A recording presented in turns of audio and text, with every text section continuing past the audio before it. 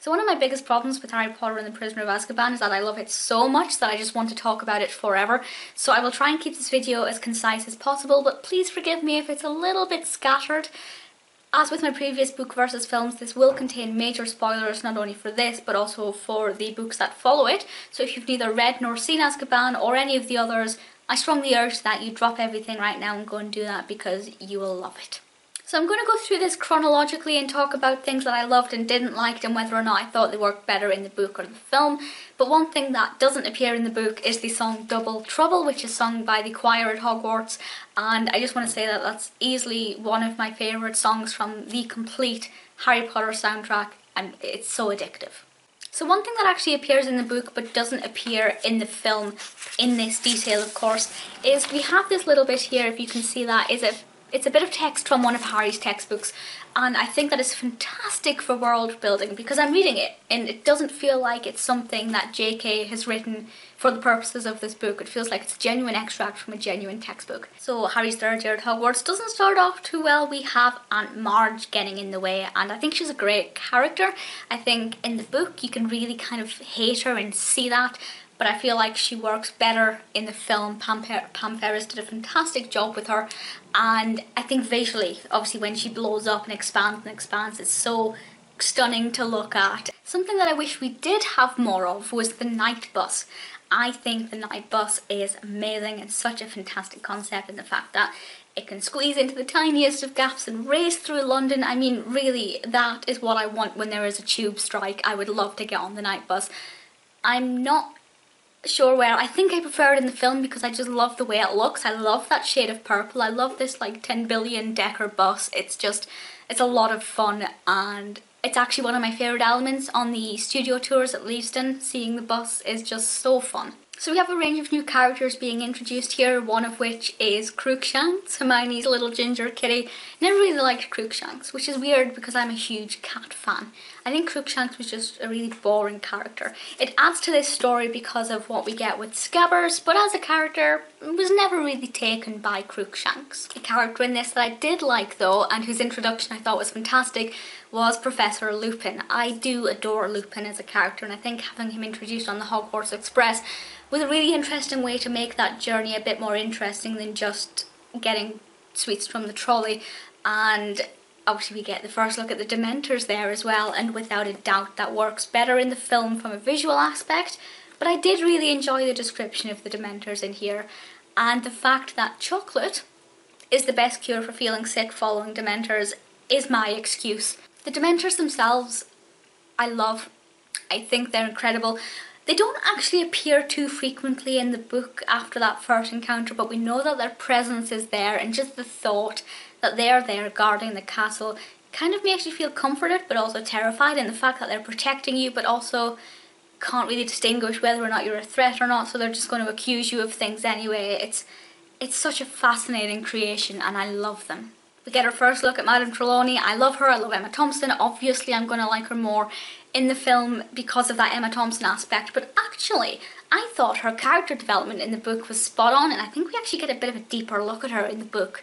In the film it seems more about, first of all, the Grim, but also about Hermione and the fact that she doesn't really take well to divination, but in the book it's very much about Trelawney, and I love her. We also have Buckbeak, and the fact that Hagrid is getting to teach is such a wonderful progression, and it's just such a heartbreaking scene both in the book and the film with what happens with Buckbeak and how that comes about, and it's the only time that I can remember off the top of my head that I have ever disliked Malfoy. I actually really like Malfoy. Of course, the big character who is basically at the heart of this story is Sirius Black, and I'm really disappointed in myself because when I was reading this, certainly for the first time and also when I was rereading it this time, when we were reading all the dark bits about Sirius and how evil he is and how he wants to kill Harry Potter, I'm thinking, shut your face, I love Sirius.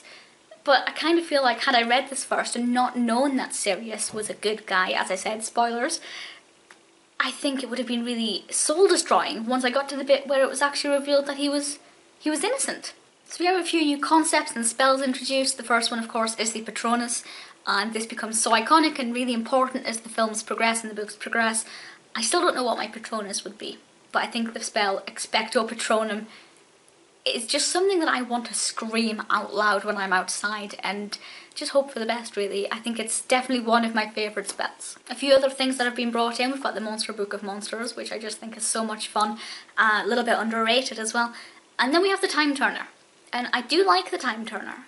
I think in the book it's kind of forgotten about, largely, and then it kind of just appears again towards the end, and you're like, oh, I forgot that was a thing. Well, I forgot that Hermione was somehow in two places at once. But I think it's well explained. In the film, I think it plays more of a pivotal role, or certainly takes up a lot more screen time. I love the Marauders map. I love it. I think it's a fantastic concept. There are a few issues with it, a few glitches that maybe were overlooked, but for the most part I think it's great. The phrase "I solemnly swear that I'm up to no good" is on about 1 million different t-shirts and apparel. It's so iconic, definitely one of the most poignant parts of Harry Potter out of all. Wormtail, Moony, Padfoot and Prongs is so clever because it means nothing, but then once you find out what it means, it's so... you just think that was so obvious, even though it's actually not. Obviously we've got Wormtail as Peter Pettigrew, Moony as Lupin, Padfoot as Sirius, and Prongs as James Potter, and it's just, it really gives it another dimension. The Boggarts, is there anything more funny? This definitely works better in the film because of the visual aspect. Is there anything more funny than Professor Snape in Neville's grandmother's clothing? It has to be one of the best scenes ever, and it just makes the loss of Alan Rickman all the more heartbreaking when I watch that scene. And I guess the most important thing is the story's conclusion. How do I think it worked? I think Lupin's involvement in this kind of battle at the end we have between all of these characters and old school friends, or school enemies in some ways, is very intense. Lupin certainly had the most shocking role there and great character development. Wormtail was a very interesting one, and Snape's involvement there was very unexpected. I remember the first time that I watched it, and in all, it was just really surprising with a lot of twists, and I wish that I could wipe this from my memory so I could relive it all again for the first time. Harry Potter and the Prisoner of Azkaban is just basically flawless.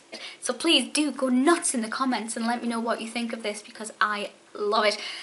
Also, of course, let me know if you can decide between the book and the film. I kind of want to say the film, but I love reading it so much that I'm not really sure. But do let me know your thoughts, and I'll speak to you all soon.